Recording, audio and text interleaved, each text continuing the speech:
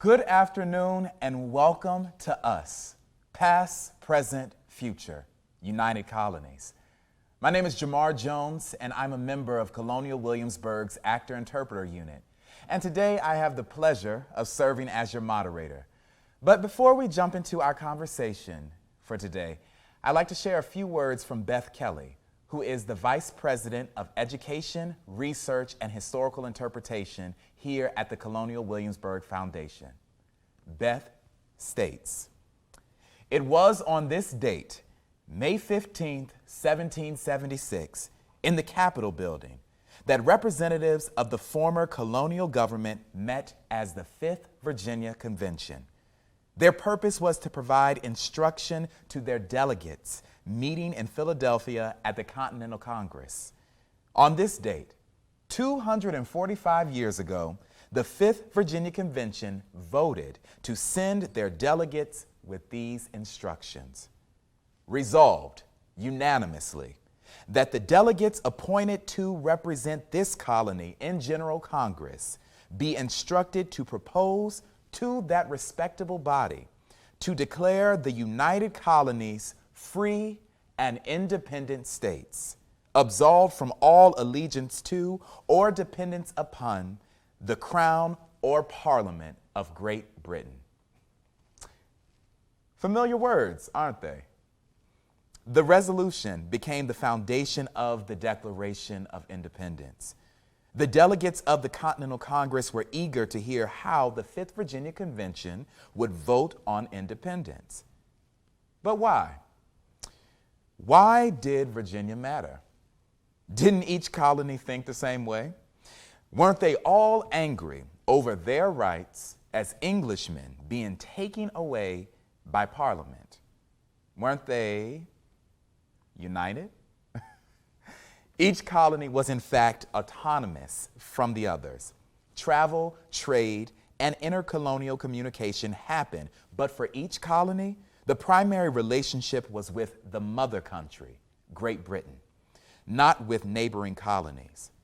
The formation or charter of each colony came about differently for diverse reasons, ranging from religious settlement to economic entrepreneurship. Some relied on a single crop, such as tobacco or indigo, to fuel their economy. And each of the colonies relied on men, women, and children to be enslaved to minimize labor costs and maximize profit. After more than 150 years of functioning separately, they began to react to changes from Parliament in the mid-1760s. For the next 10 years, laws restricting their rights and adding new taxes were made by Parliament, to which the colonies individually protested, and the acts were repealed, and the pattern repeated with new acts and protests and repeals. They finally unified by creating a Continental Congress comprised of delegates from each of the 13 colonies. Virginia's resolution for independence was important because at the time, Virginia was the largest, wealthiest, and most populous of the 13 colonies. One colony in this case had the power to sway many colonies towards an outcome. Where Virginia was willing to go, other colonies would follow. And at the Continental Congress, issues that divided the delegates were passionately debated and eventually compromise was reached to achieve unity against Great Britain. So, did the Declaration of Independence in its unification of the 13 colonies absolve all those differences that existed for a century and a half? It did not. And many of the same debates over states' rights, slavery, and establishing a Bill of Rights continued at the Constitutional Convention. Compromise again unified the states with the ratified Constitution in 1789. Fast forward 70 years from the Constitutional Convention, and those initial differences that existed at the birth of our nation divided us during the 1860s with a war. And after 5 years of bloodshed, massive loss of American lives, and depleted resources, the states were once again united in the spring of 1865. And today, we still face many of the same tensions inherent at the founding of our nation. And we debate those issues in our own homes, in public forums, and in our state and federal legislative bodies. We must have these conversations and continue to seek compromise towards achieving a more perfect union. We all have to give up a little to remain, as was called for on this day 245 years ago, united. And again, those are words from Beth Kelly, our Vice President of Education, Research, and Historical Interpretation at the Colonial Williamsburg Foundation. So now it's time for us to move into our discussion for today. And today we are exploring how 13 very unique colonies came together so many years ago and formed a new nation, and how the legacies of those differences, well, they're still with us today. Again, my name is Jamar Jones, and now it is time for us to meet our esteemed panel members, Dr. Kelly Brennan, Bryan Austin, and Dr. Bill White. So glad that they all could join us today, and I will allow the panel to introduce themselves to you all. We'll begin with Kelly. Hi, my name is Kelly. I'm one of the historians here at Colonial Williamsburg.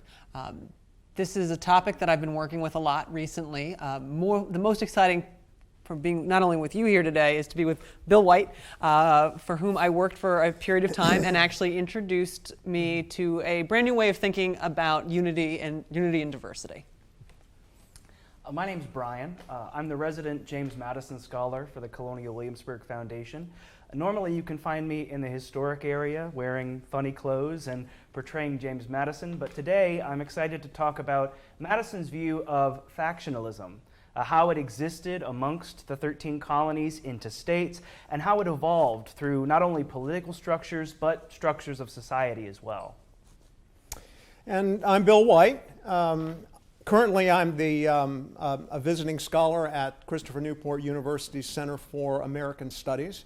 I'm an early American historian, and I'm interested in how that debate that begins in the 1760s and 70s and 80s continues all the way through our history. Thank you. Thank you all. I'm so glad that you could be here today, and I'm excited for the conversation that we're going to have. And so to get things started, I think it's always appropriate to go back so we can go forward, right? So with that, how about we talk about the colonial period? And to the entire panel, I'm wondering if you could share with our audiences what were the similarities before independence between these 13 colonies. Okay, I'll start with that. Sure. One of the things that we often say when we talk about this stuff is how incredibly different they are. They're ridiculously different. And the answer is that's true, that there's an underpinning to all of this that's very, very important.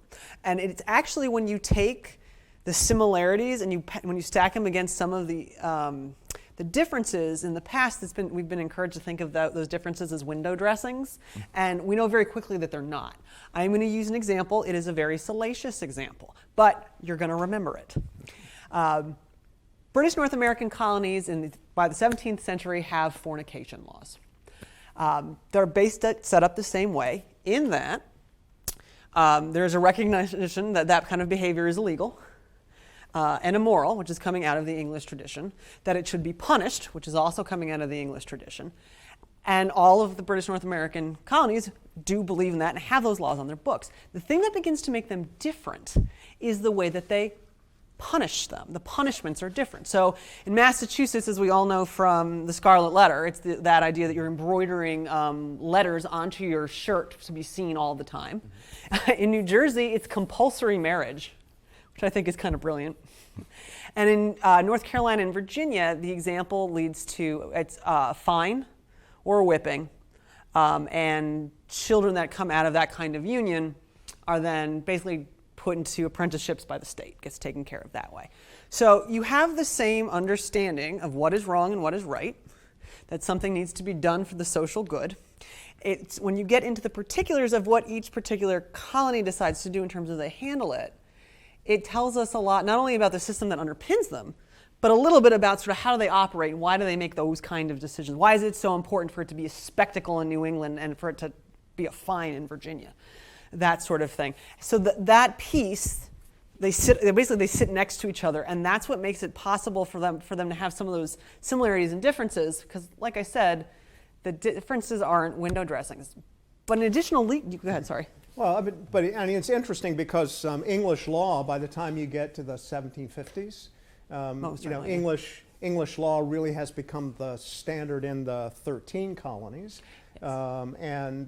There are a lot of similarities there, and everyone seems to be moving along and adopting those. But, before that, they're really diverse. I mean, and they still are. There are Dutch, there are Germans, there are French, there are, and one of the reasons why we end up with a revolution of just 13 colonies is because those former French colonies, right, up north there are too different. Mm-hmm. They're just too different. And most of those southern 13 colonies are not very fond of those Frenchies up there at all. No, they're really not. I'm glad that you brought that up, too, because when we think of Canada being this united, simple, well, that's not the way they're thinking of themselves.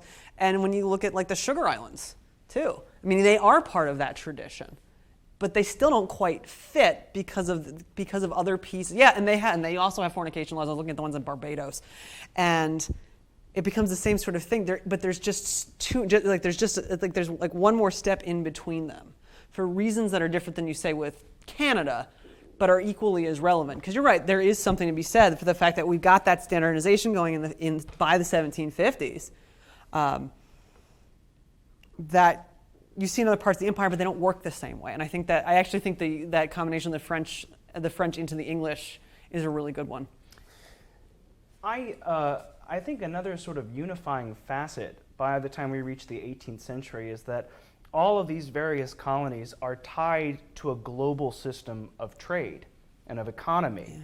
Yeah. And really that arises in various ways, particularly with the differences in trade. You have Virginia with its large cash crop of tobacco, indigo for the South, but also really the mercantilism and commercialism of northern provinces like Massachusetts and New York.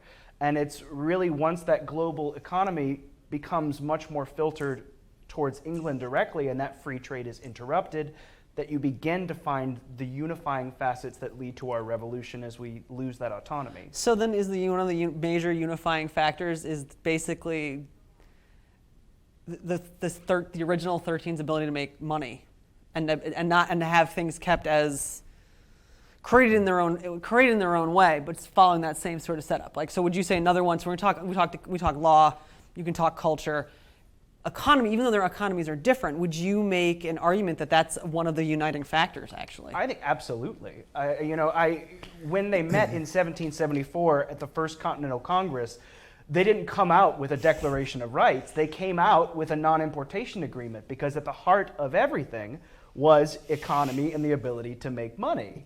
The liberty, thankfully, follows hereafter, and we're founded on these very nice principles of the Enlightenment. But at its core, it was really the pursuit of property. And free trade, right? Mm-hmm. Yeah. Free open trade. Yeah. Oh, that's great. I just want to head in the direction I think that you all were heading. You've laid out some really clear similarities. Want to speak a little bit about some of the differences amongst these colonies. Okay. Now, Bryan, you had just said something about property. Now, we all know one of the biggest differences between these colonies was, it had to do with the laws that managed the institution of slavery, mm-hmm. right? And so I'm wondering if you all as a panel, can you speak to what caused these particular laws and the popularity of the institution of slavery as commercial practice to vary so drastically between these different colonies? I think it goes back to what you were saying, Bryan, that Virginia's got a cash crop where they're focused on different things in the Northeast. And I think that's why you see the difference, right? This goes back to that issue of like, why is there a difference? And the difference is important, right? Because not only just the way that they deal with slavery as a legal entity, but also the way that they sort of internalize their relationship with enslavement. The thing is, what they, the way they want to address it within themselves, and when we look back as historians and look at it, it's more unifying than I think they would like to see it as. Yeah, I think that it's very fair to say that racial prejudice was a universal thing to be found in the colonies, despite the fact that slavery did not remain a universal quality in these colonies. And in fact, it could be argued, as we sort of trace things back to 1619, it was racial prejudice that justified the institutions of slavery and established the various slave codes that would eventually become how we reconciled and related to that institution. And you can't miss the fact that in the early 18th century, Britain gets the exclusive right to import slaves into Spanish colonies. And so all through the 18th century, the British mercantile system is the slave system. They're the carriers. And Americans are part of that trade. New Englanders in particular are a part of that trade. And so it quickly in the 18th century, slavery quickly becomes a major economic linchpin for the colonies. One of the things that they all have in common. Not that they'd ever want to bring that up. I mean, really, they really didn't. I mean, first of all, there's the whole hypocritical language around the idea of, Britons never shall be slaves. Let's not even touch that one. If you're looking at that idea of the differences across the colonies, like we know that, you've got Newport, Rhode Island, which is this massive depot for humans and buying and selling of humans. And at the same time, they'll come out the other side of their mouth, and basically, this is why we're better than, we're so much better than the South, because we don't, we're honest in the way we work things. They use sort of that language of virtue, which I think becomes really important as we move forward and we talk about values. And one of the ways they claim to be virtuous is in a way that we would never agree with. But at the same time, you're seeing those economies begin to separate as well. Yes. And so I'm not sure that slavery is as profitable.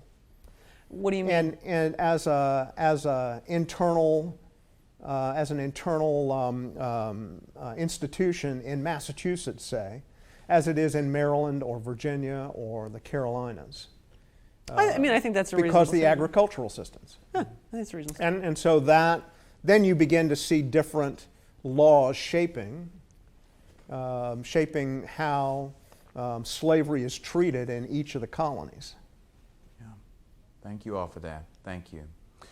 Now, we know the European nations. I want to present another question to you all. We know that these nations at the time rallied under a shared set of values common to its citizens. So my question for all of you, can you speak to what were the values common to the United States as the new country began to come together as a political entity? That's a great question. I think that something that I know we talk a lot about in our interpretation is this idea of the American experiment. And there was this, I think, fascination with a lot of the founders who, being born of privilege, had the privilege of being able to think and reflect on these things, of proving history wrong. They sat in one of the most fortunate times that the literate world had been afforded.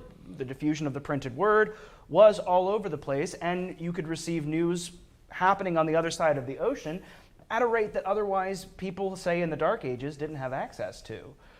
Additionally, you had writers of the Enlightenment, Montesquieu, Locke, Rousseau, who were breaking down the fundamental ideas not only of government, but of human nature itself. So in that rate, it was to foster a government not solely built on one nationality or one idea necessarily, but rather on what governs us as human creatures. There's something that Madison writes in the Federalist Papers, which is not a new sentiment. He's citing somebody else, where he says, people are made for kings, not kings for people. In the sense of people are incapable of governing themselves, so you need the strictures of government to restrict them. And so America, in many regards, I think, was born out of the notion of trying to challenge that, of saying, we don't need kings, we can govern ourselves. And whether they succeeded or that is a conversation in many regards we're still having today. Well, and Americans are picking up the British Whig tradition, right? Yeah. That is, that places an emphasis on legislation, on legislators, on your representatives, that Lockean notion of your representative speaks for you. And that representation is more important than anything else in their conception of things. And so it trumps Parliament, it trumps the King, it trumps the British mercantile system. They're representatives, and that's another thing that another one of those elements that Americans end up having in common as they come through the 50s into the 60s and 70s. I do love that you bring up the term Whig, because something I think we come across in history books a lot is the term patriot and loyalist. Yes. Which in the 18th century it was far more likely that instead you would have Whig and Tory, because it mirrored the two-party system of Great Britain. You know, we think our party politics are bad today.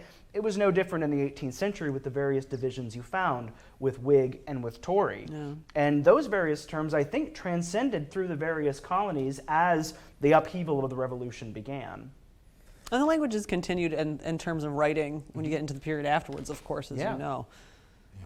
But I think it's interesting, we talked about that idea of values. So what are the values of the values? And you both pointed to very philosophical, overarching, and I think there's something, this isn't, and I'm going to sound cynical, and I think Bill's probably going to come back at me about it. I think one of the things we need to think about when we talk about values in the creation of this system is the importance of property and commerce. Because the nice thing about this stuff is you can actually plug it in behind almost any value you could think of, right? If we're going to talk about civic virtue, but part of that process of demonstrating your virtue, how you're virtuous, is that you're successful. I mean, you can put it everywhere, and I think that's Look something. At the American dream. Yes, it is exactly the American dream. And dream. property is so available here. Yes. And it's not. It's not in Europe. Somebody owns all the property. Somebody owns the land. Here, Europeans are taking away from Native Americans, and it's theirs. They're possessing it, and they're purchasing slaves, and they're buying into businesses, and they're amassing property. Yes.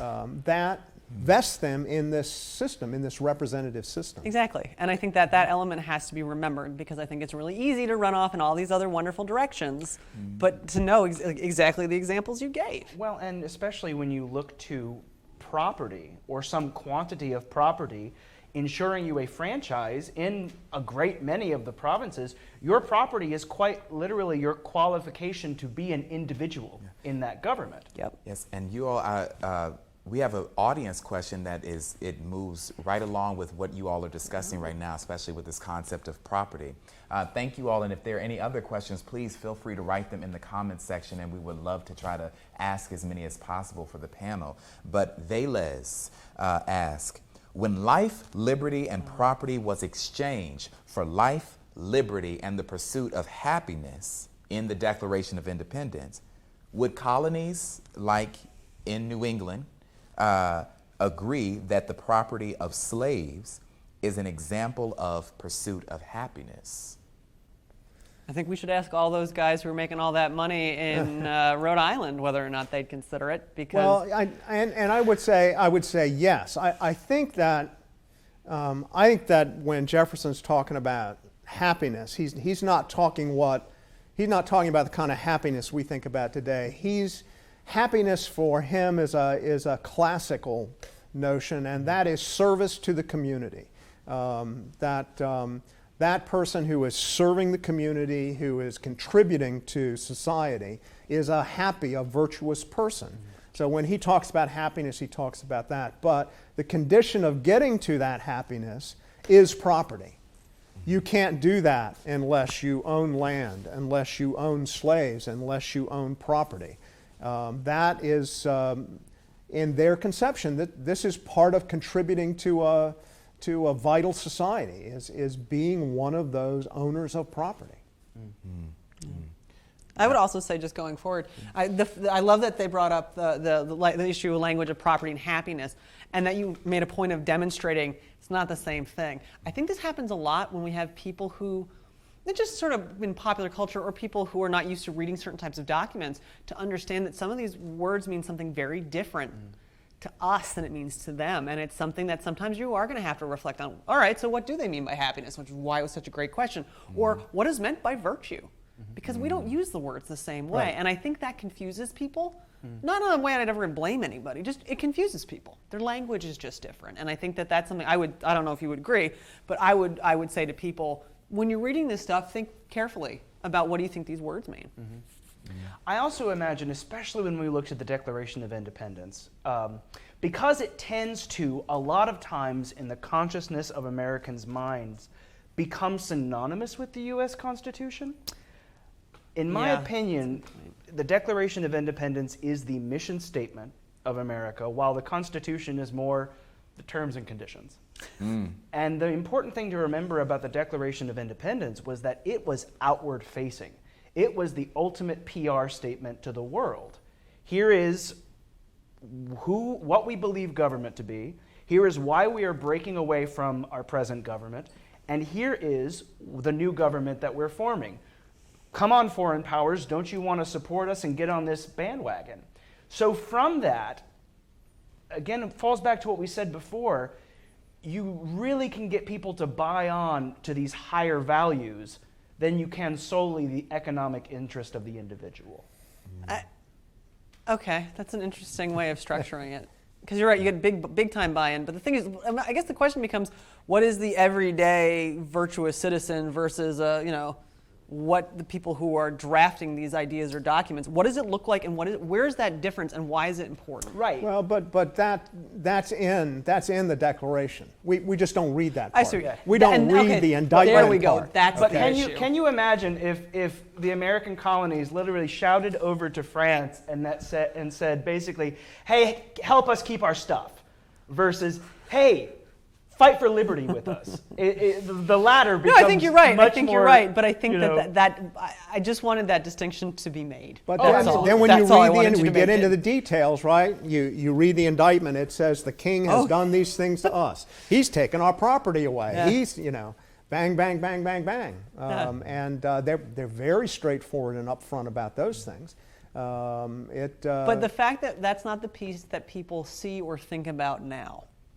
Right? I mean, you even said that. That's the part we don't read, right? We gloss over that. So I guess my bigger question would be, all right, so the fact that we gloss over that, how does that change what we understand they're doing?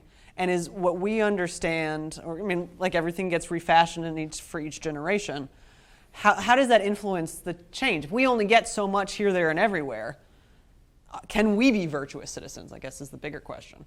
I think at that point you have to ask what's virtue.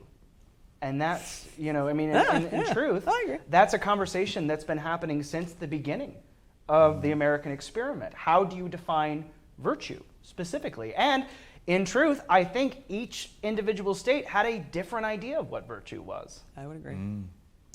Very interesting indeed.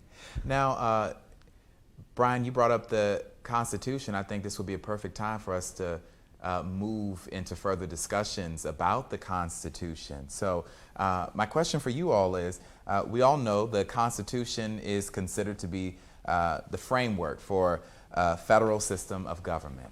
So can you talk about how these early founders would view federalism and how they viewed it and how they intended it to work in the U.S. and exactly what does that all mean?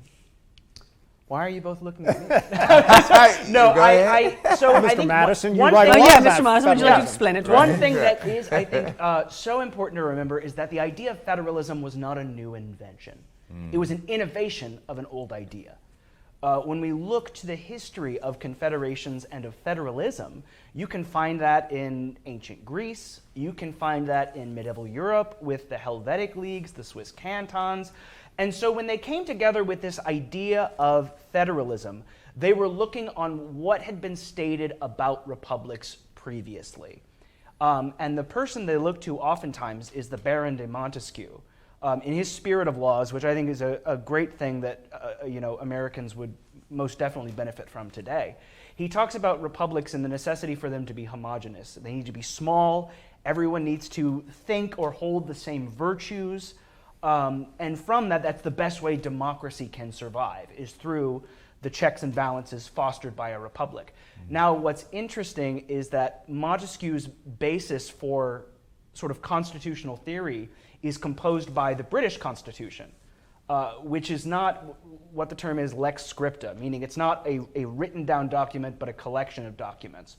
So naturally with the Articles of Confederation, they kept to Montesquieu's view. So it's less of the United States being one country, but rather instead being a collection of republican systems of government, a league of republics or a league of nations.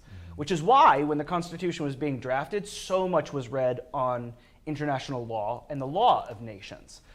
Something I often draw the conclusion to is, look at the European Union of today.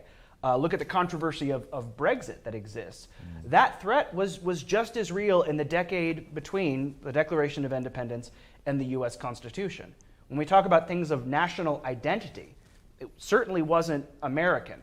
It was the state in which you resided, whether you were a Virginian or a New Yorker. That was your country. That was your province. And you were a part of a grander continent, a system of trade, but you owed your allegiance to your state. Government was much smaller. And so the innovation of federalism comes in the form of a republic literally made up of other republics to regulate commerce, preserve the blessings of tranquility, all these various ideas. And so in that we find a system of federalism. Madison checks the idea that everyone in a republic must believe the same thing or hold the same virtues. Instead, he says, divide the sphere, extend it, and these various differences can actually become a good thing because it stops a majority from coming together and from their voting an interest adverse to the rights of the minority. He sits and he gets this from David Hume a lot of times and recognizes that diversity becomes a great security blanket in preserving liberty and ensuring a system of checks and balances. Now the Anti-Federalists are coming back and they're saying, no, this Constitution is it's a national government. It's going to squash the governments of each of these states. They're going to become irrelevant. And it's not possible. Montesquieu tells us it's not possible for us to have a republic that's that large, so it's going to fail, right? And Madison keeps coming back and saying, no, it's not. It's not a national government like that. It's a federated government. And so he even talks about the fact that he believes the states will be so influential in this system that the national government will never be able to get out of control. So would you all say that those who had a seat at the table at the time, did they have it all figured out? No. Is there a polite way not to laugh at that? Like listen to you, but No, you have to remember here that these guys live under 5 or 6 different governments in their lifetimes. They start out as British subjects, and then then we have to recognize the fact that each of the colonies set up an extra legal government, right? That was not sanctioned by a constitution or anything else. Then they break away.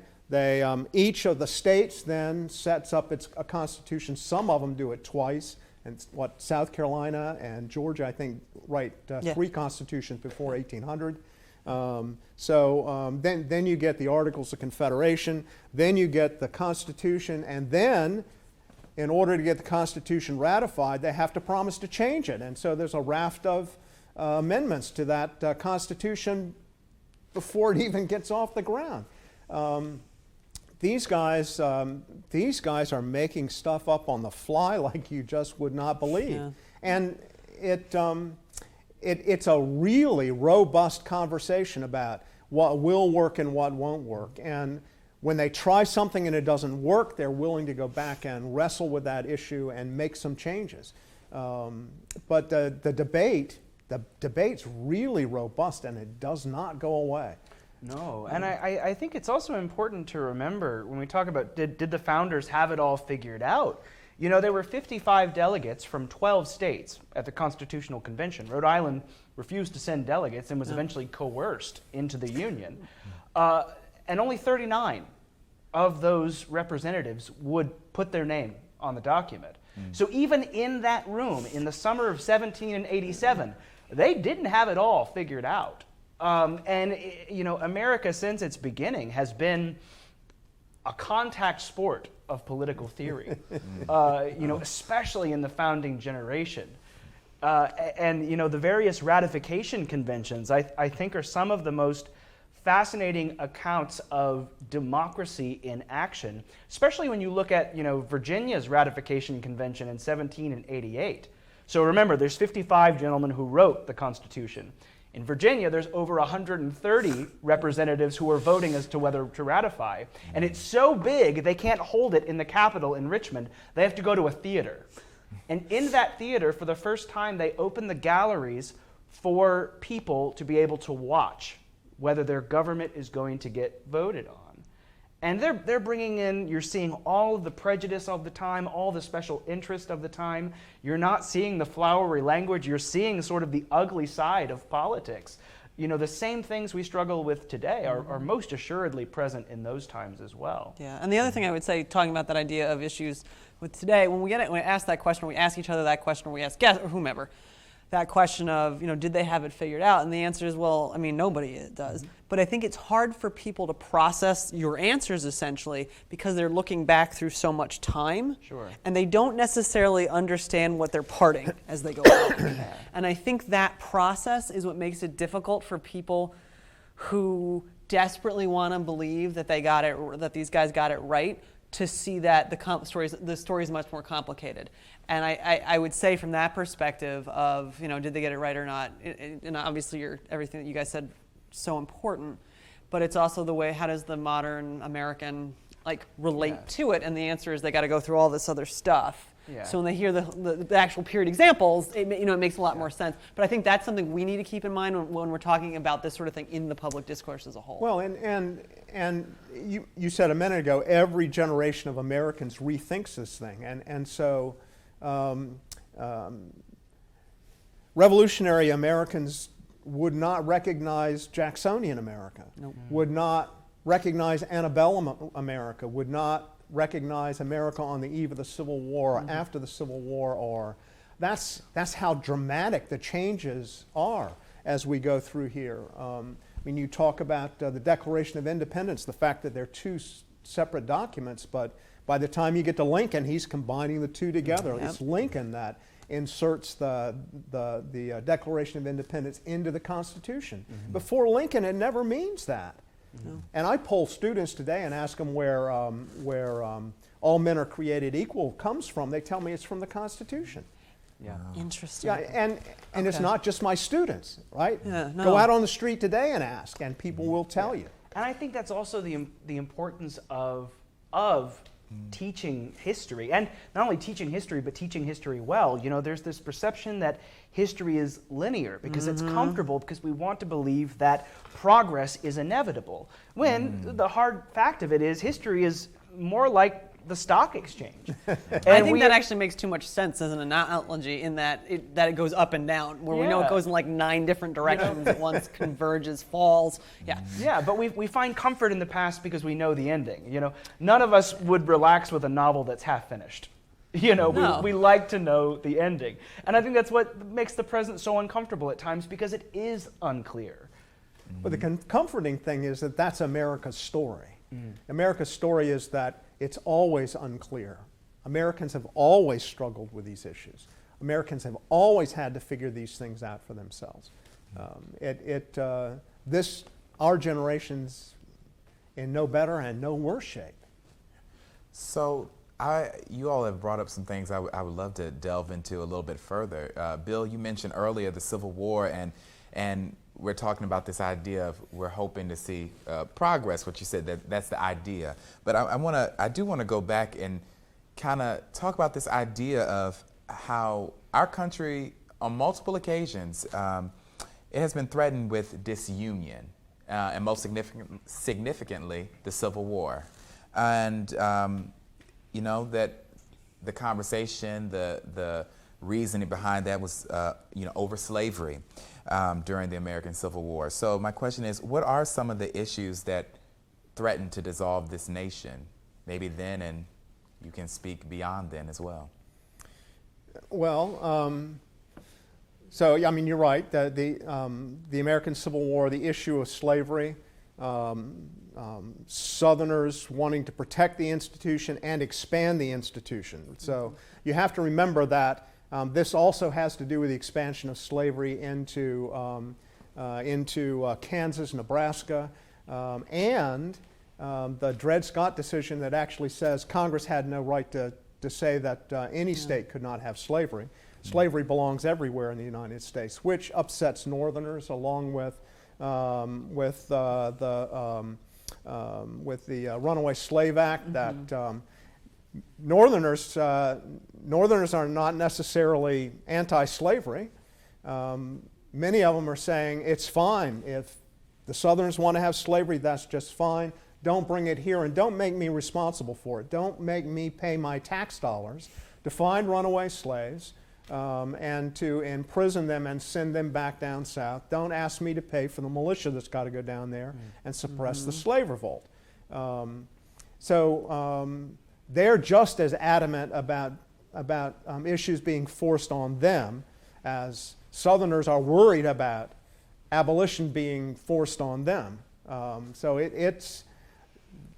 don't know that we've ever had that kind of polarizing situation before or since. That's sort of that acute and very, I'm trying to think if you can. But 1814, you've got New England states meeting together, and because Southerners are controlling the national government, and it's stifling commerce, and they're the ones who got us into the War of 1812, and by dingies, we want some changes to the Constitution, or we're out of here. I think it's hard to sort of draw a comparison to what particular issue could polarize like that today, because you don't want to remove the humanity from the enslavement of people. Yes. Right. You know, that gets into a whole other thing. But you know, something that does polarize us today is the future of energy. You know, in America, how that functions. But you know, I agree with you. I don't know that there's any topic. But what you said about 1814, you know, that wasn't a new threat at the time. The idea of states forming new confederations or new countries, and you know, we see that even now today with some states talking about that. You know, it could be argued that the Constitutional Convention itself was an attempt to stop the risk of civil war and disunion, because they were talking about it at the Constitutional Convention. Okay, so you said we're not in a situation that's as contentious. It's not going to tear us apart. But you hear a lot of people talking about there's going to be a civil war. I mean, usually they land pretty far on at ends, but they'll say there's going to be a civil war. And I mean, I have some ideas, and I'll share them if they're relevant, about Please. What do you say to somebody? Like looking at it from our perspective, doing what we do, how do you say to somebody, this is not the same kind of circumstance? But I mean, these radicals, these fringes, these far right, far left have been there all along. Yes, but we now know about them and we hear them, right? I'm sorry? Well, I'm sorry, I didn't mean to talk over you. No, that's quite all right. No, I'm talking because of mass media. And like we said, this is the other thing we're probably gonna need to get into too. Is this issue of mass media? We hear these opinions now. We hear these divisions now. People have access to the things they think they need to do certain things. Well, and that gets, what does that mean? What does it make it different from all the other factions we've had in the past? Well, you know, you're right. I mean, media today, social media. I mean, we live in the most democratic era ever. I can say anything I want, whenever I want, however I want, and I can reach an audience. And it used to be that those things were more controlled. But, you know, in the 1790s, you've got Democratic Republican clubs who are anti-government, anti-Federalist government, and they're gathering together and they're publishing their own newspapers and they're talking to each other and they're in their own little bubble here, and that's all they hear, that's all they want to hear. Well, and we live in an age, and maybe we've always lived in an age where opinion, the property of your opinion, matters significantly more than the validity of opinion. And, you know, something Madison writes is opinion is the greatest power in government. And it most assuredly is. And when we live in an age where your literal reality can be crafted by your opinion, you know, I could be talking about a product right now, and it'll show up on my Facebook newsfeed later. You know, our whole realities are crafted by our individual likes, our beliefs, and we can look at our reality and have it be entirely different than the person next to us' reality. And in that, we're suddenly forming factions with people we'll never meet but can connect with online, based around the individual realities that we cultivate. So then the way we organize ourselves, if the thing is we can connect to all these people elsewhere, does things like statehood matter? Or in the grand sense of things, not obviously like the state exists to give you a law and all those. Well, but I mean the way we conceptualize this, is that the most important way to organize ourselves? I don't think, though, that if you look at things that have been happening, okay, there is no Black Lives Matter movement unless it's local, unless it's happening in a locality, right? So yes, they're using social media to do that, but the power really is in the locality, and the changes, the calls for changes in policing and police reform are coming locally and coming statewide. They're not, the national movements for those things is secondary. You look at LGBTQ rights, the same kind of thing. You look at the issue of abortion and the anti-abortion folks and how effective they have been going locally, locality by locality, state by state. That's where the real action is, right? Yes, we can talk and we can collaborate on these big platforms, but when it comes right down to it, the real work of Americans is still happening in the locality. It's still happening in the state. It's still happening in that discussion between states, localities, and the federal government. So basically, the personal is political now and forever. Yeah. No matter what kind of technology you have your hands on. Is that what it sounds like? Yeah, I think. Well, I think it so far. But so far it's proving. But out. I will That's say, true. I mean, so for instance, with these local movements, it can't be denied that they are ignited by a spark that happens in a specific place. So, for instance, you know, a movement where a local event takes place in Virginia could be sparked by an event that took place in another state. So let's look to our history where other things like that didn't happen, like Black Wall Street, or various other things. You know, social media didn't exist then, so it was an isolated event. But now we live in a time where, you know, we spark outrage at these various encroachments of our liberty when it's an entirely different municipality that will never affect us. But this has been going on for a while too. I mean, this is precisely the strategy of the 1950s and 60s civil rights movement, right? Oh, yeah. Nonviolent protest, and the local police are going to come out and with dogs and fire hoses and billy clubs, and the national press photographers are going to take pictures of that. It's going to be on tonight's news. And that will change the opinion of Americans all over the United States. It's a strategy that was working in the 1950s and 60s, and it's still an effective protest strategy today. Could it be argued, so something like that begins inward and moves outward, could it be argued that today a lot of things start outward and move inward? So, you know, a particular protest that happens in one location that eventually makes national news versus something that makes national news and affects local change. Well, I think the thing is, one of the reasons why that stuff ignites the way that it does is because other people understand it. I think it's one of these things that I'm wondering if they're happening at the same time. people are already experiencing, or what, I mean, when Betty Friedan wrote The Feminist Mystique, right, it was a sort of problem that had no name, right? She's describing something, and this is a really silly example, well, not really, but other people got it, like right away, no questions. These other women understood this experience. So yes, it is mass culture that's putting something out, but at the same time, if people are connecting to it, coming from either direction, I don't want to say it doesn't matter, but it's not necessarily the most significant force in that kind of circumstance, is what I would argue. So there's some audience questions about some of the things that you all have been discussing. Charlene asked, if the political development of the United States is a contact sport, in your opinion, what inning are we in? Oh, that's a great question. It is great. Oh, Thank wow. you, Charlene. That is a great question. I'm between two doctors, so I'm going to let them. How is it that we keep time exactly? Oh, Both in man. sports and in nationhoods. And who's in the penalty box? Yeah. Wow. I mean, yeah, because that is a great question, because it's sort of the whole. I don't think you can think of it in terms of what inning. This is the never-ending game. Yeah. This is the game that goes on forever, and one team may feel like at the end of the inning that they're behind, but that never stops Americans. Even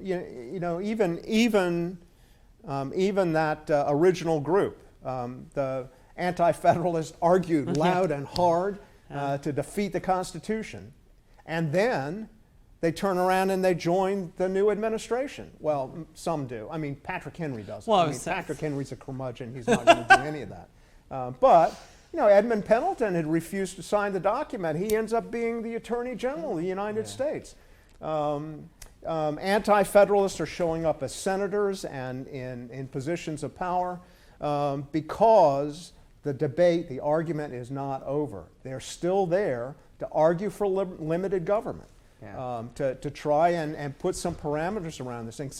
So even when the inning comes up and you're behind in points, that doesn't mean the game's over. That only means that you're going to go to the dugout and figure out how to come back out for the next inning. Yeah, I think another interesting question, rather than sort of saying what inning are we in, is who are the players, who are the spectators, and who are the sponsors? And what are the rules? And what are the ostensibly we've got the Constitution, sure, absolutely. Not always applied the same way to everybody. No. Gets new pieces every once in a while. And I think another thing to remember in the distinction between states and federal is that there are so many other systems of government that we sit under and affect our daily lives before we ever get to our federal Constitution. Yeah. And I think it's a great reminder to think locally in government, because it's that breaks down the various other artificial factions that divide us. To find a commonality between us. That's a very cool question. Very cool. That is very very cool. yeah. Well, I have another question for you all. This one comes from Kirsten. And Kirsten asks, how can we steer federal government back to an earlier political philosophy the speakers described, where the politicians are willing to listen and learn and fix? I think if we want small government, we have to think smaller, because it's not going to get smaller by itself. And so I think becoming familiar first and foremost with your state government and your state representatives. And, in truth, this is something that is, that I've been guilty of in the past, is that the only time people show up is every 4 years when it's time to elect a new president, when the fact of the matter is, it's when the time comes to elect your congressman that you're going to see the most important facet of government, which are the people who are going to be making policy and making laws that are going to affect you. To acquaint yourself with who your congressman is. We talk about social media. We live in an interesting time where I could donate for a candidate who will never represent me, who I will not be a constituent of, but I can donate money to their campaign because I like them. And that's something we have to think about with our system, is who do we want to represent us? The person who's charged with our district? And at that point, why do we have districts if the person who we donate money to is the person who matters more. Well, and I think also Americans have gotten to the point that we believe that it's only important. These issues are only important when the election is here, and the truth of the matter is that that's patently false. I mean, the things that we do in our everyday lives become extremely important. So, what organizations do you support? What causes do you support? What do you think? What do you think about the corporations who are so busy in our republic today? And which of those corporations do you support? And what is your position on them and the positions that they take? This is a very complex conversation that goes on, and too often we set it up in poles, which are us and the federal government. And I really don't believe you can do that. You have to look at us and then all the little connections that are running off each of us as individuals. Sounds a bit like federalism. No, I wonder why it does. See, I would also. Oh, go ahead. It's even more fundamental than federalism, because I mean, in the 18th century there were no large national corporations that were helping to dictate national policy or state policy. What about the East India Company? Well, the East India Company. we're talking before. Yeah, absolutely. Those idea, the idea of the corporations that do that kind of thing exists, which is why I think it is why you see what you see when we get into like the 1820s and 30s, and with the ability to set up corporations and for corporations to be able to grow during the first Industrial Revolution. So it's sort of I feel like that was like a weird pause. It probably wasn't really. There are other things, of course, influencing it, but you kind of went from things like East India Company, and then the laws begin to look like the English law set up in the sense of commerce, commerce, commerce, property, property, property. Which in a lot of ways is what kind of fueled our two-party system. You know, when the Hamiltonians came in, they started sitting and saying, let's provide bounties to certain industries to get it started in America. You know, when Hamilton spoke for 6 hours at the Constitutional Convention, he talked about reducing the states to corporations.